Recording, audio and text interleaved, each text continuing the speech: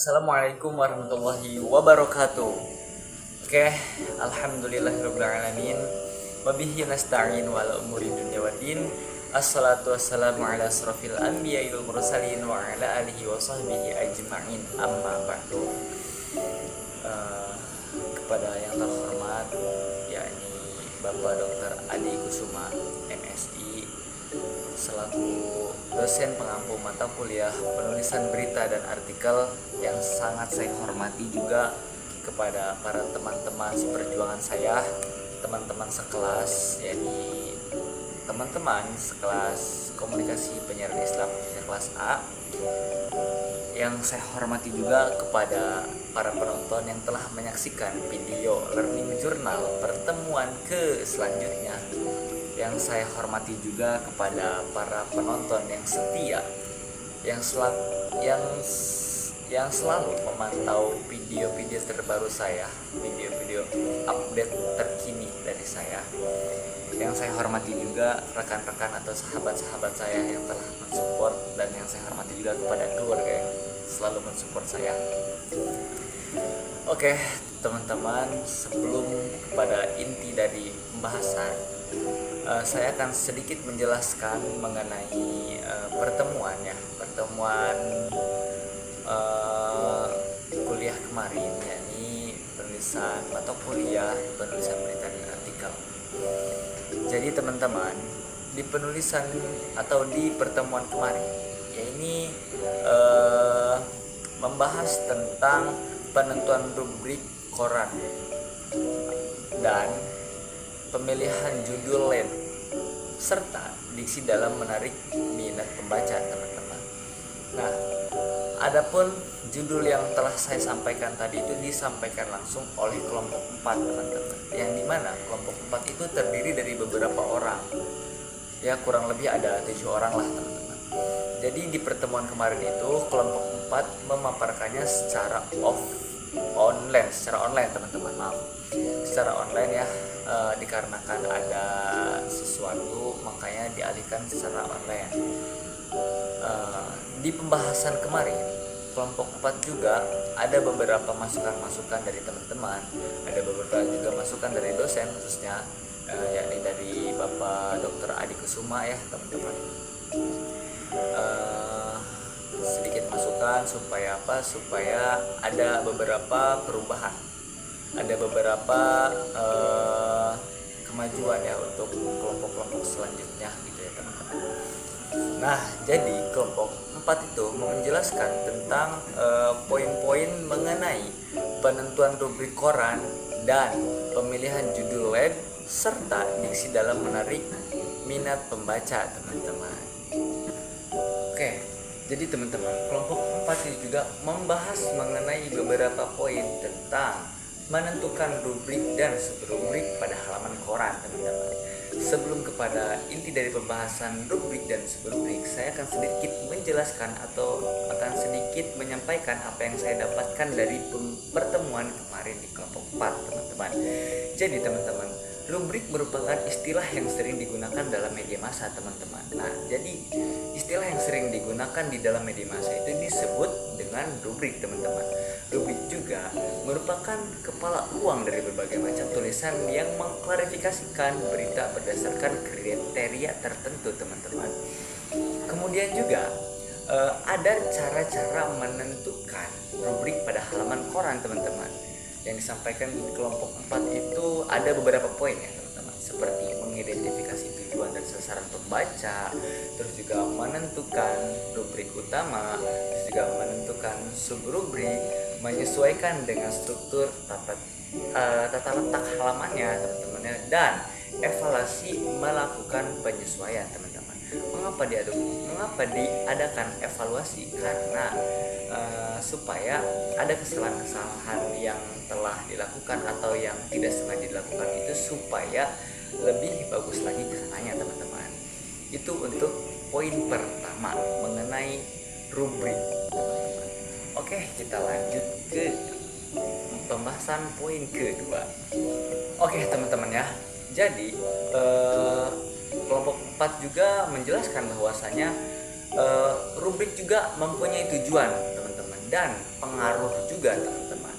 Nah, adapun tujuan daripada rubrik dan subrubrik dalam surat kabar itu surat kabar ya teman-teman. Ada beberapa poin seperti memudahkan untuk mengisi halaman-halaman surat kabar atau maupun majalah teman-teman. Terus juga mempermudah pembagian tanggung jawab, terus juga redaksi dimanapun, terus juga dimana setiap rubrik harus ada bertanggung jawabnya teman-teman. Karena apa? Karena semuanya harus dipertanggungjawabkan. Terus juga menciptakan daya tarik pembaca sehingga bisa memperbesar pangsa pasar supaya yang lain itu pada tertarik teman-teman.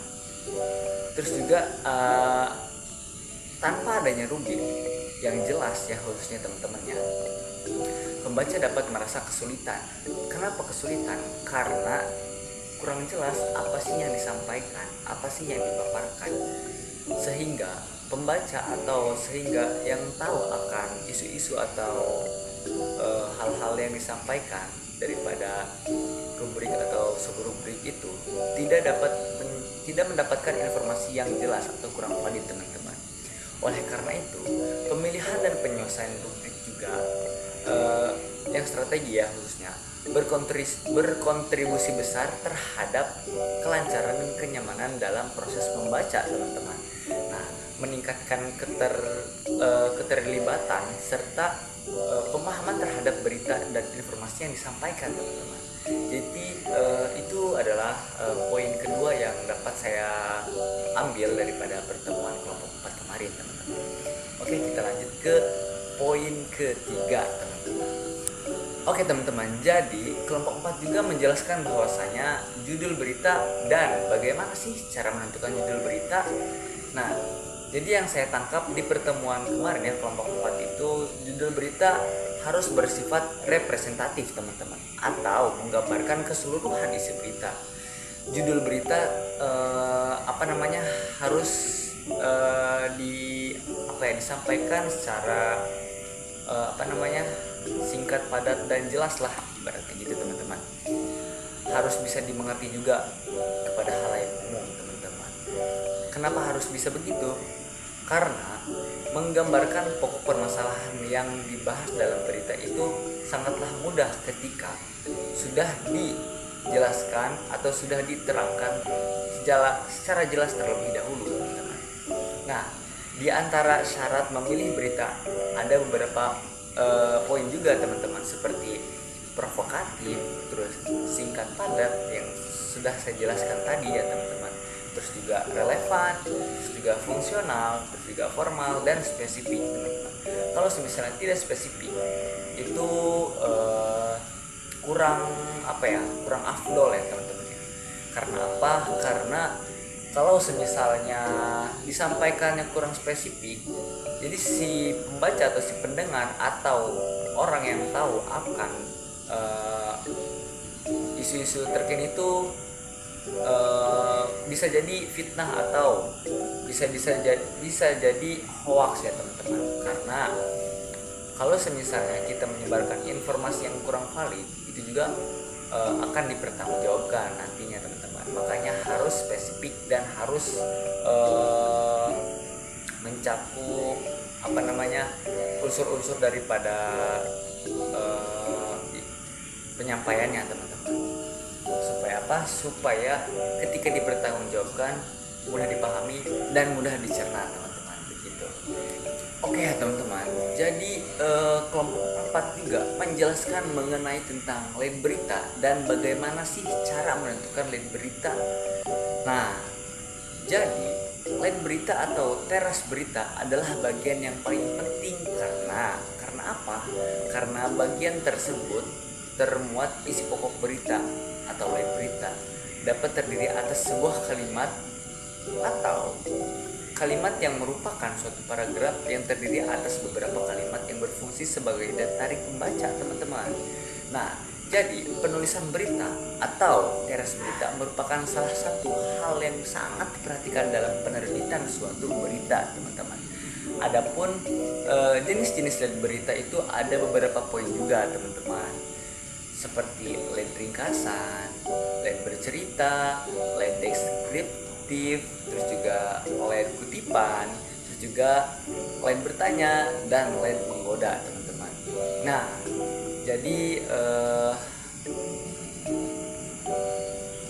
selain kelompok 4 kemarin mempresentasikan hasil daripada kerja kelompok selama 1 minggu terakhir, kelompok 4 juga mendapatkan beberapa saran atau beberapa masukan seperti dari mahasiswa yang khususnya teman-teman sekelas ya teman-teman. Terus juga ada masukan-masukan daripada dosen kita selaku pengampu mata kuliah penulisan berita dan artikel, yaitu Bapak Dr. Adi Kusuma MSI. Terus juga ada sesi tanya jawab ya, karena tidak terlalu efektif.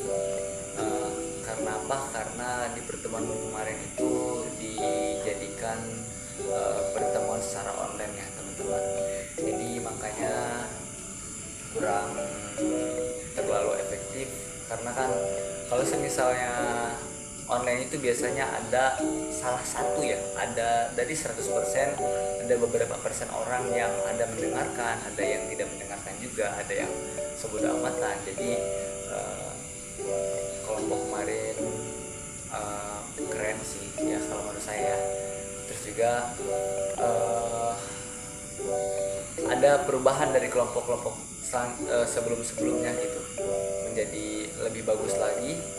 Kemudian ya yang saya dapatkan dari pertemuan kelompok kemarin itu ilmu baru juga ya, terus juga masukan-masukan atau saran-saran daripada dosen pengampu mata kuliah penulisan berita dan artikel secara penulisan makalahnya, terus juga penulisan PPT-nya, terus juga orang-orang yang jangan berlindung di bawah naungan PPT dan lain-lain sebagainya. Jadi mungkin inilah learning journal saya yang bisa saya sampaikan di pertemuan kemarin ya teman-teman. Kurang dan lebihnya mohon maaf. Wallahul muwaffiq. Assalamualaikum warahmatullahi wabarakatuh.